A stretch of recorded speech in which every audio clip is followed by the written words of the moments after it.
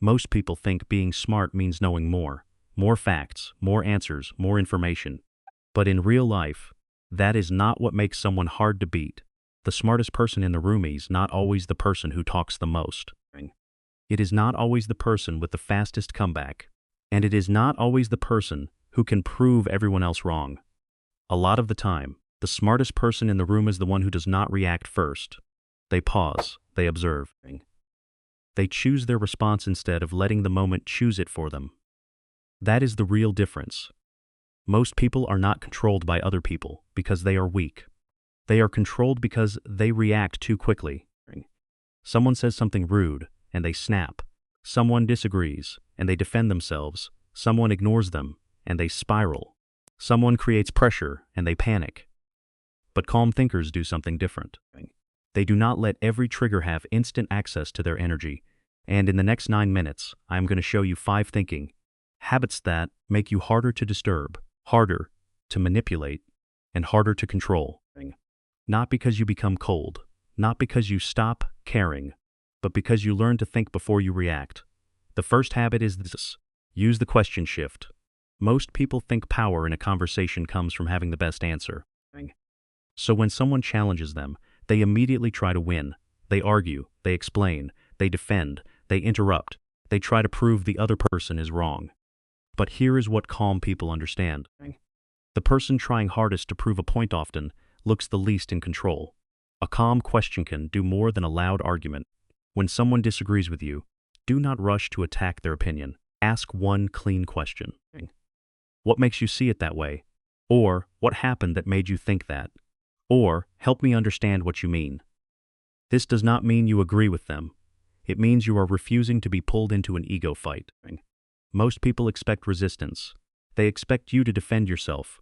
They expect you to get emotional. But when you ask a calm question, you change the whole room. Now they have to explain. Now they have to reveal their logic. Now they have to slow down. And you get to stay steady. This is why questions are powerful. They give you information. They lower defensiveness. And they keep your emotions out of someone else's hands.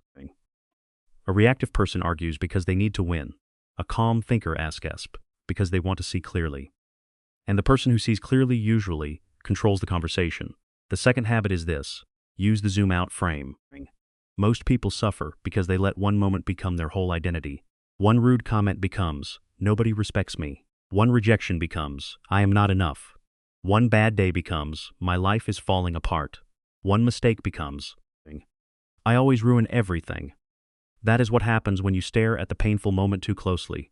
It fills the whole screen. But calm thinkers zoom out. They do not ask, what does this prove about me? They ask, what is this showing me? That is a completely different question. If someone rejects you, maybe it is not proof that you are unworthy. Maybe it is information about compatibility. If someone criticizes you, maybe it is not proof that you are failing. Maybe it is a signal to improve one specific thing. If one conversation goes badly, maybe your whole life is not broken. Maybe that was just one moment with one person one day. The zoom out frame protects your identity. It reminds you that one event is not the whole story. One reaction is not the whole truth. One person's opinion is not the final judgment in who you are.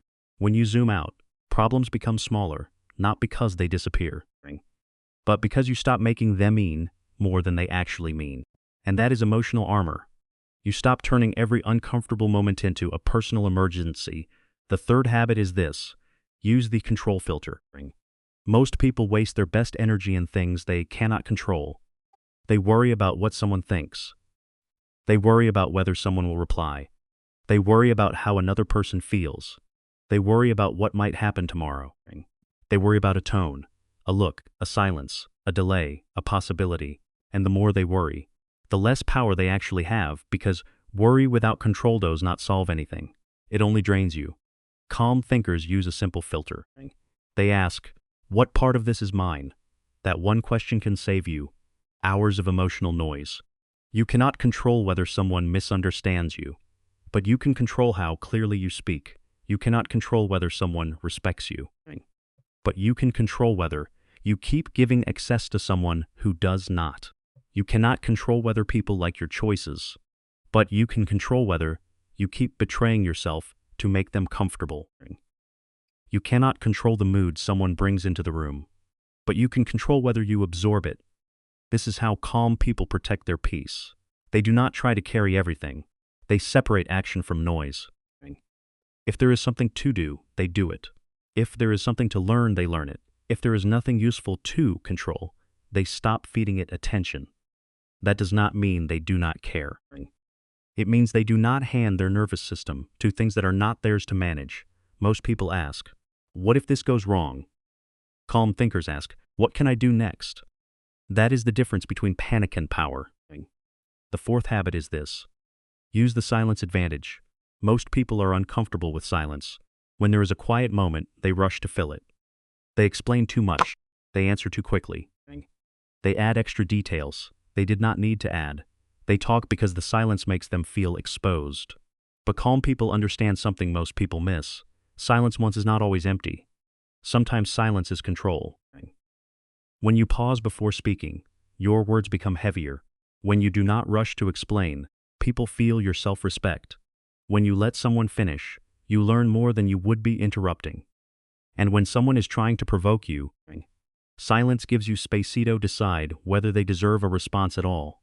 This is quiet confidence, not pretending you have nothing to say, not acting superior, not using silence to punish people. Just being secure enough to not fill every gap with nervous words. Try this the next time someone asks you something. Do not answer immediately. Wait 3 seconds. Let the question land. Let your mind catch up to your mouth, then speak. You may be surprised how different you sound. Calmer, cleaner, more certain. Most people speak because they are uncomfortable. Calm thinkers speak because their words are ready. And that is why quiet people often seem more powerful than loud people. They are not rushing to prove they belong in the room. They already know they do. The fifth habit is this. Use the 5-second pause. This is the most important one. Because without this habit, all the others fall apart. Most people react immediately. Someone is rude, and they fire back. Someone ignores them, and they start overthinking. Someone criticizes them, and they do every detail. Someone presses an emotional button, and they move exactly as expected. That is not freedom. That is programming. If a person can trigger you and instantly control your behavior, they do not need power over your life. They only need access to your reaction. The pause breaks that access. 5-second scan change everything. When something hits you, pause. Do not send the message yet. Do not answer the insult yet. Do not explain yourself yet. Do not make the decision while your emotions are still driving. Take one breath and ask, what response protects my peace? Not, what response makes me look strong? Not, what response hurts them back? Not. What response proves I am right? Ask, what response protects my peace? That question brings you back to yourself, because the goal is not to have no feelings. The goal is to stop letting every feeling become an action. You can feel angry and still respond with control. You can feel hurt and still choose dignity. You can feel pressure and still stay calm. That is emotional intelligence. That is applied psychology in real life. The gap between trigger and response is where your power lives. Without the gap, people press a button and you react.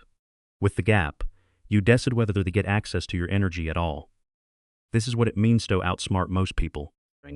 Not by knowing more facts, not by winning every argument, not by sounding more impressive, but by staying clear when other people get emotional, by asking questions instead of fighting to be right. By zooming out instead of turning one moment into your whole identity, by focusing on what you control instead of feeding every worry, by using silence instead of rushing to explain, by pausing instead of reacting.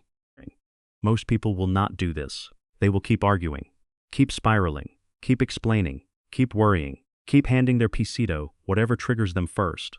But you do not have to. You can choose one habit today, just one. Ask a better question, zit some out. Use the control filter, let silence work. Or take the 5-second pause. Do not try to become a completely different person overnight. That is not how emotional armor is built. It is built in small moments. One pause, one breath, one calm question, one decision not to react like everyone else. And the more you practice, the more people will notice something different about you. You will not seem colder. You will seem steadier. You will not seem passive. You will seem harder to move. You will not seem emotionless. You will seem in control. That is the edge. Not being the loudest. Not being the smartest on paper. Not winning every conversation. The edge is being the person who can stay calm. Long and Noto choose the right move. So comment one word. Which habit do you need most right now? Questions, silence, control, pause, peace, just one word. And remember this. You do not become unbothered because nothing affects you. You become unbothered because not everything gets to control you.